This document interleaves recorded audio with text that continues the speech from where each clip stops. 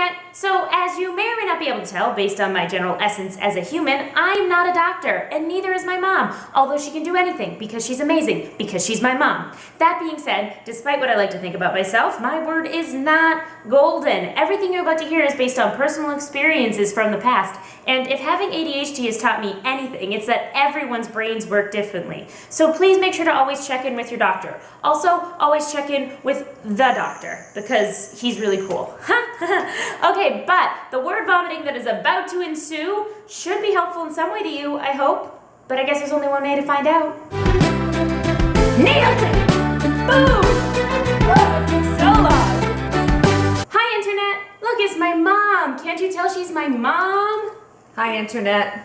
She's so cute. We're just gonna dive right in, and the first question is from someone who would like to remain anonymous, but the questions are about making friends as a kid, basically, and a young teenager, and how I did it, if I did it, and then also how my mom dealt with having a young hormonal teenager. I will address the question on how hard it is as a parent when your kids don't have friends or when they struggle to make friends. It's really, really hard, and you can't necessarily be their friend, but you can help them in some of those social situations by becoming friendly with the parents of some of those children. And that's worked well for me in various situations because they knew Jen and they knew me. I was active without being a pain in the neck in her social life. As parents, we're so involved in our kids' lives these days, there are other parents out there that can help you and be your support system.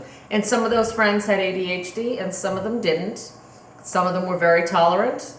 Some of them weren't, and we just learned who to go to when we needed a friend. Yeah, and I think one of the things that having my friends' parents being as understanding as they were and having my mom kind of advocate for me to them, it helped them gear their children to understand me, because it was easy to see that I was a kid who was passionate about certain things and that I was, you know, I like to think I'm a good kid. Like, I've always been like a very friendly person. I'm just very enthusiastic and overbearing sometimes, but their parents kind of were able, I think, I mean, I don't know for sure, but I'm sure their parents were able to kind of explain to them, like, you just gotta be patient. And so I think that having, I went to, one of the bigger things was I actually was in talk therapy from the time I was very young, and by being able to talk it out with a non-biased outsider, she helped me develop the social skills and kind of help me work through those things and understand where my friends were coming from,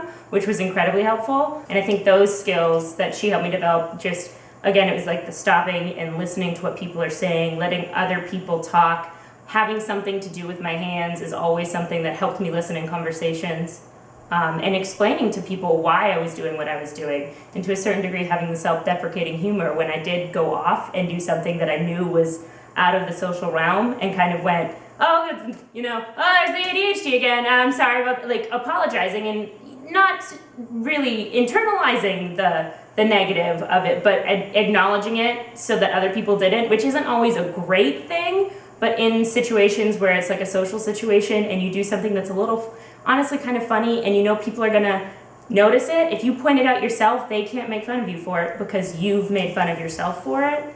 And I'm not saying you should always be making fun of yourself, but it's something that at least it worked for me because I just developed a sense of humor. Oh, fixating on things. That's the other thing. Her son fixates on things. Like the interesting things, and where, like, you know, I will go and all I'll talk about for, even now as an adult, all I'll talk about for a week is Orphan Black. And like I can't stop talking, and that's in a social situation, developing the skills to not do that. And you just kind of have to let them fixate on whatever it is until they meet someone who's also fixated on it or something, because like for me, Orphan Black has led me to friends who are very similar to me online, and I know your kids are younger, so you can't encourage them to talk to people online, but expanding that interest by getting them into maybe a different type of after-school activity or group that may be, you know, an Odyssey of the Mind type thing, or Destination Imagination, some kind of program where they are in small groups learning to work together with other kids, some with ADHD and some with not, but with a common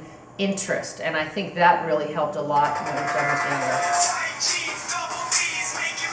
Anyways, that's the timer for the video. He's also very bouncy, but that's just, that kind of calms down a little bit with age, and finding a way to get them into sports basically is all I can say about that. It's like If they're into sports or find some other kind of physical activity. You know, they may not be the traditional soccer person, but I was if they get them out there, run with them, walk with them, you know, do that. running is outdoor. really good. Running is really good. But I've known, She says when she hates running. but it's getting that extra energy out in some kind of positive way. Those days always made Jen a much easier person to live with and deal with. So that's the answer to those questions. I hope that helps. Happy to clarify anytime. Yeah, we'll probably do follow-up if we need to do follow-up, but Those are just a few little like hints. New Year. Yeah, so thank you for your question. This question was one of the ones that inspired me to want to do a Q&A. To everybody who's like this, who has trouble making friends, it does get better, I promise. Yes. You make friends and then they stick with you, and you think they're gonna go away and they don't, and they just stick around. I just had brunch with my best friends from high school. We graduated 8 years ago, almost. And you were in school together for 5 years. Yeah, so it works out. It'll be okay. Wow, that was super funny, or interesting, or insightful, or wow, me and Mom, thank you for sharing that information. So I noticed that none of these Q&A sessions seem to have endpoints in when we're answering questions. So here's our endpoint. That's it for this video. Thank you for watching. Please hit that like button if you liked it. Hit that subscribe button if you really liked it. The rest of this month is going to be a lot of Q&A videos as much as possible. So yay! Just a guided tour around this end slate too. We've got last video, next video, and the playlist with all the videos in it. Also all of my social media. Cute little Santa hats on it. And Elsa! So that's cool. Thank you for watching again. I love you guys, and I'll see you next time. Bye! Yes, this is the same for every video. Maybe I'll change it eventually.